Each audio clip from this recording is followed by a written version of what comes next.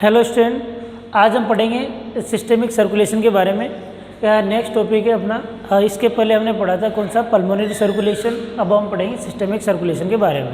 ठीक है, systemic circulation क्या होता है, हमने बात की थी कि जिस प्रकार से आपका ये हार्ट है, मान लीजिए आपका ये हार्ट है, इस हार्ट में से ये आयोटा के माध्यम से ब्लड सप्लाई पूरी बॉडी में जाएगी और पूरी बॉडी से वापस इन्फीरियर वेना कवा और सुपीरियर वेना कवा के माध्यम से यहाँ पर आपके राइट एट्रियम में पहुँचती है। यानी लेफ्ट वेंट्रिकल से स्टार्ट होती है और राइट एट्रियम तक जब ब्लड पहुंचता है तो ये जो पूरी प्रोसेस है, ये पूरी प्रोसेस कहलाती है आपकी क्या, सिस्टेमिक सर्कुलेशन या जनरल सर्कुलेशन। यानी कि ह्यूमन बॉडी के अंदर ब्लड सप्लाई है। ठीक है, यानी कि blood pumped out from the left ventricle and return at the right atrium. यानी लेफ्ट वेंट्रिकल से ब्लड का पंप आउट होना और आपका राइट एट्रियम में ब्लड का पहुँचना, ये प्रोसेस कहलाती है पूरी सिस्टेमिक सर्कुलेशन। और इस सिस्टेमिक सर्कुलेशन में जो मेन रोल प्ले करता है वह है आपका आयोटा। ठीक है, ये आयोटा आपकी एक सबसे मेजर आर्टरी कहलाती है, सबसे बड़ी आर्टरी कहलाती है, जिसकी स्टार्टिंग होती है कहाँ से, begins at the upper part of the left ventricle. आपका जो ये लेफ्ट वेंट्रिकल होता है, इस लेफ्ट वेंट्रिकल का जो अपर पार्ट रहता है, इस अपर पार्ट से इसका अराइज होता है, ये यहाँ से उद्गम होता है, यहाँ से ये निकलती है, स्टार्टिंग होती है। और ये किस प्रकार से बनता है, ये बनता है इस प्रकार से, अपवर्ड जाएगा, अपवर्ड जाने के बाद क्या होगा, एक आर्च बनेगा, ये पूरा आर्च बनता है और आर्च बनकर क्या होता है, ये आपका डाउनवर्ड नीचे की तरफ आना स्टार्ट होता है। कहाँ पर, लेफ्ट साइड में। यानी कि अपर ऊपर जाएगा, आर्च बनेगा और लेफ्ट साइड की तरफ बढ़ता है। इस प्रकार से पूरा आयोटा आपका एक बनता है।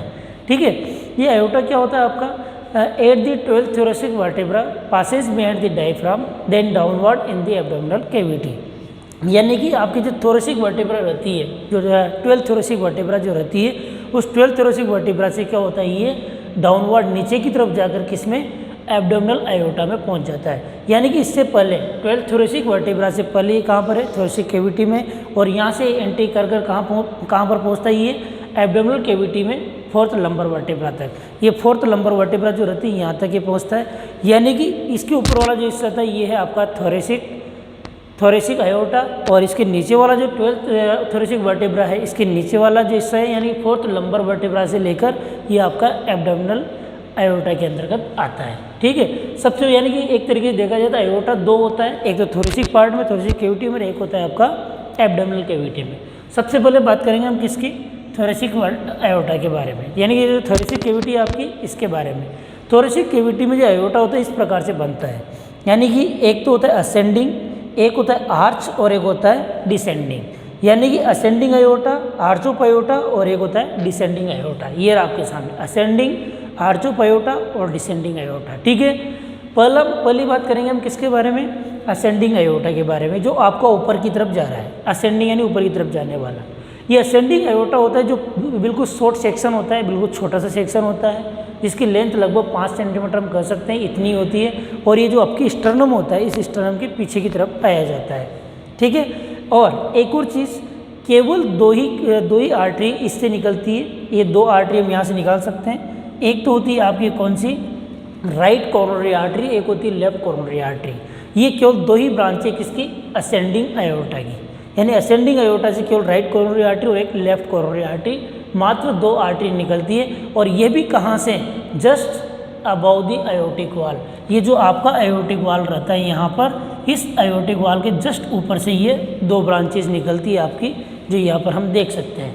ठीक है, इसके बाद फिर आता है आपका कौन सा, नेक्स्ट आर्च ऑफ आयोटा। ये आर्च ऑफ आयोटा ये होता है behind the manubrium of the sternum. जो आपका स्टर्नम रहता है, इसके पीछे से पूरा आर्च, ये लेफ्ट साइड में हार्ट रहता है, इसके पीछे से, स्टर्नम के जस्ट पीछे से ये पूरा एक आर्च बनता है। ठीक है, मेन्यूब्रियम होता है आपका एक क्वाड्री शेप में, आपका इस प्रकार का एक बोनी पार्ट होता है आपका स्टर्नम का, ये टुकड़ा होता है, इसे मेन्यूब्रियम बोलते हैं। ठीक है, इसके जस्ट पीछे से आपका ये आर्च बनता है। अब ये आर्च जो बनता है, इसमें जो क्या होता है, कई सारी ब्रांचेज निकलती है। यानी कि आयोटा से जो मेजर आर्टरी जो निकलती है वो कौन कौन सी होती है, एक तो होती है आपकी ब्रेकियोसेफेलिक आर्टरी, एक होती है आपकी लेफ्ट कॉमन कैरोटिड आर्टरी, एक होती है लेफ्ट सबक्लेवियन आर्टरी। ठीक है, यानी किस तरीके से बनता है मैं बता देता हूँ आपको। ये आपका आर्च ऑफ आयोटा बनेगा। इस आर्च ऑफ आयोटा से क्या होता है, सबसे पहले तीन चीज़ें निकलती हैं। ठीक है, पहली आपकी कौन सी, ये निकलती है ब्रेकियोसेफेलिक आर्टरी। ये ब्रेकियोसेफेलिक आर्टरी की जो लेंथ होती है मात्र 4 से 5 सेंटीमीटर होती है, जो upward, backward and right part की तरफ होती है।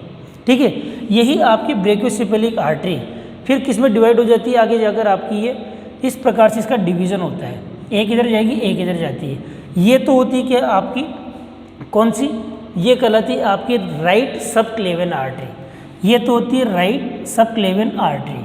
और ये वाली जो पार्ट होता है ये कहलाता है आपका कौन सा, ये राइट कॉमन कैरोटिड आर्टरी। ठीक है, यानी कि आपकी ब्रेकियोसेफेलिक आर्टरी क्या हो गया, डिवाइड हो गई राइट सबक्लेवियन आर्टरी और राइट कॉमन कैरोटिड आर्टरी में। उसी प्रकार से आगे देखिए इधर लेफ्ट साइड में ये आपकी इससे दो ब्रांचेज और निकलती है।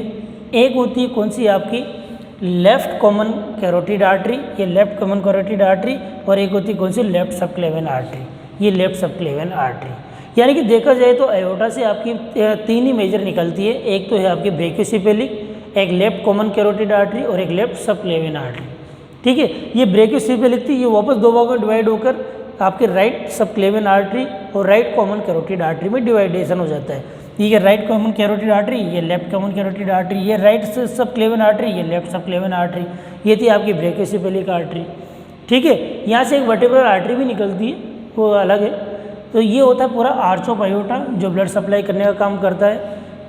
ठीक है, ये जो सारा जो डिवाइडेशन होता है आपका ब्रेकियोसेफेलिक का जो डिवाइडेशन रहता है, ये डिवाइडेशन होता है कहाँ पर, एट दी स्टर्नोक्लेविकुलर जॉइंट। ये जो आपका स्टर्नम और जो क्लेविकल है जहाँ पर ये दोनों जुड़ती है, इस जगह पर जब अयोटा पहुँचा तो ये यहाँ से इसका डिवाइडेशन होता है इस जॉइंट से।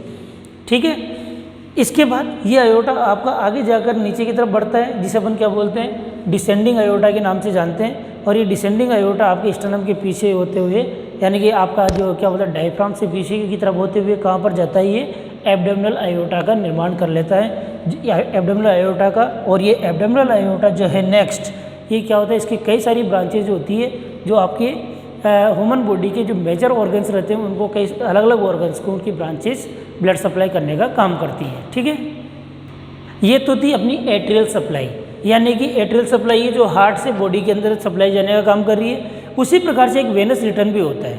वेनस रिटर्न में क्या होता है, जो ब्लड आपका ये एब्डोमिनल अयोटा के माध्यम से पूरे एब्डोमेन में गया है, यहाँ से यही ब्लड वापस आपका क्या होता है हार्ट में भी आता है, उसे बोलते हैं venous blood supply, Venus return supply बोल सकते हैं अपन। वो वेनस रिटर्न जो सप्लाई होती है वो होती है आपकी किसके माध्यम से, दो आपकी मेजर वेन होती है, एक तो होती है आपकी सुपीरियर वेना कावा और एक होती है आपकी इन्फीरियर वेना कावा। ठीक है, ये सुपीरियर वेना कावा जो रहती है ये आपके हार्ट से ऊपर वाले जो पार्ट रहता है बॉडी का, उससे ब्लड को वापस लेकर आने का काम करती है। जबकि आपकी जो इन्फीरियर वेना कावा जो रहती है ये अपने यानी हार्ट के नीचे वाला जो पोर्शन रहता है यहाँ के पूरे ब्लड को वापस हार्ट में लेकर आने का काम करती है। ये यानी कि एक प्रकार से रिटर्न है, यानी कि हार्ट में वापस ब्लड का रिटर्न है। ठीक है, जो सुपीरियर वेना कावा और इन्फीरियर वेना कावा दोनों के माध्यम से किया जाता है। अब कौन सा पार्ट, अब हमने पढ़ा है आर्च ऑफ अयोटा के माध्यम से, यहाँ से कैरोटिड आर्टरी भी है जो आपके ऊपर ब्रेन की तरफ, नेक की तरफ ब्लड सप्लाई ले जाना काम करती है। सबक्लेवियन आपकी आर्म की तरफ लाने का काम करती है। तो जो सर्कुलेशन है उसके बारे में हम नेक्स्ट क्लास में पढ़ेंगे।